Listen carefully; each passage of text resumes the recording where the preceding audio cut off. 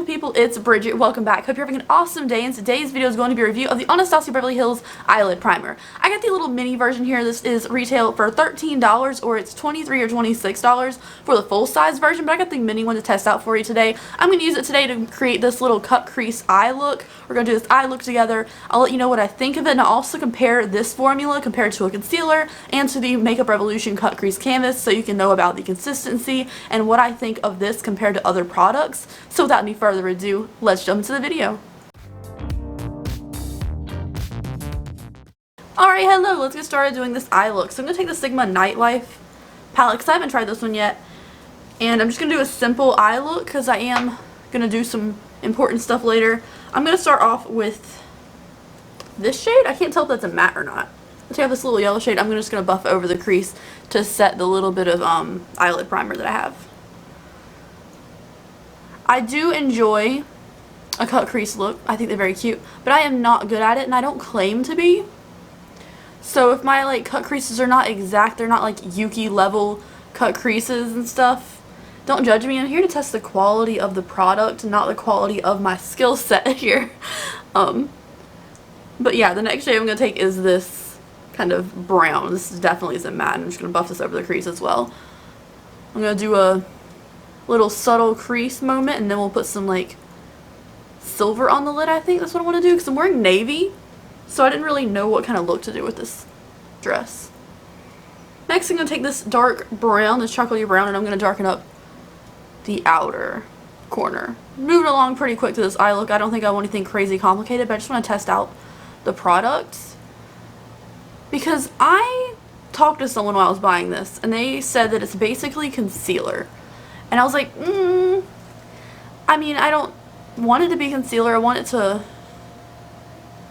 be a good eyelid primer, be a good cut crease. Because I have the cut crease canvas by Makeup Revolution, and I decently enjoyed that. I think it's pretty good. But I would like something a little maybe thicker to it. So we'll see. I hate dark eyeshadow on me. Why did I do this so dark? I didn't realize how pigmented this eyeshadow was. Now I'm very upset. Ugh, I guess I gotta make the other side match. I'm also using the Porcelain and Sigma brush set today. This is the E38 brush, and I'm also using the E55 brush. Sorry, I had to do it. I'm sorry. I'm gonna wipe off the brush on my hand a little bit, and I'm gonna go into probably this light pink shade because it is a matte.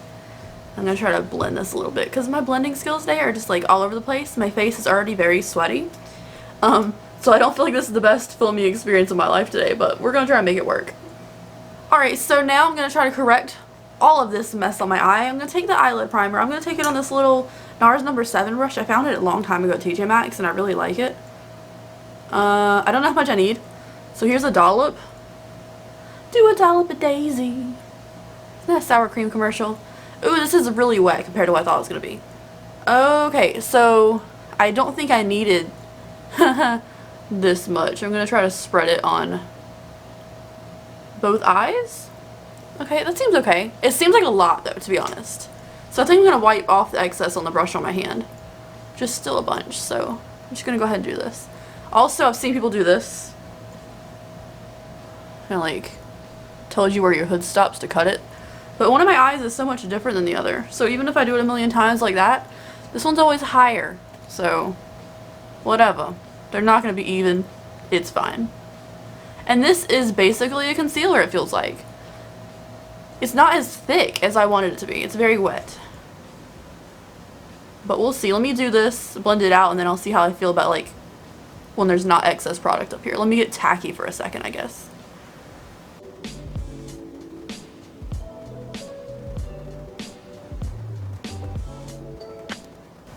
So this eye is absolutely garbage wreck. This is a mess. This looks so much better than this one. This looks horrible because this dries down so fast that I didn't have time to work with this before it dried down. Now it's just terrible looking. This one looks so much better because I did this one first. This dries down so fast it gives me no time to work with it. So I'm going to I'm just going to wipe the brush on my hand a little bit, and we're going to put some shimmers on it because this is horrible. This looks so good. Do not do both eyes at one time. This looks really good. I feel like the tackiness has a little bit of stickiness to it. I probably wouldn't press a glitter into it, but a shimmer metallic I think is going to hold really well, but it just dries down really fast. So kind of irritated a little bit. I'm going to take this silver shade of the palette now, and I'm just going to set our little stuff. So it's holding this. I'm not getting any fallout under my eye. It really is kind of holding on to this eyelid base, and it looks really pretty, and I don't mind the color. It's not a white base. It is kind of a cream base, but I don't mind it. It's holding it really well. I'm not getting any fallout under my eye. It's really sticking. The shadow's really sticking to this base, so I do like that. But look at, what do I don't have anything to work with this. I don't even know what to do about it. I'm gonna have to fix it with the blending brush in a minute. But it just dried down so fast that I had no time to work with it. It practically disappeared right in the inner corner right here, and I don't like that. I'm going to go back into the blending brush, into this brown color we used. I'm just going to blend everything together. This eye looks fine. This eye does not. It's hard to believe this on the same freaking eye face thing. I don't know what I'm saying. Hard to believe that I did these at the same time. Part of me is like, maybe I should have watched some reviews before I bought this. Because I did spend $13 on this little thing that's basically a concealer that dries down really fast. And the other part of me is thinking that I probably wouldn't get a truthful review because people who use cut crease products all the time are Instagrammers.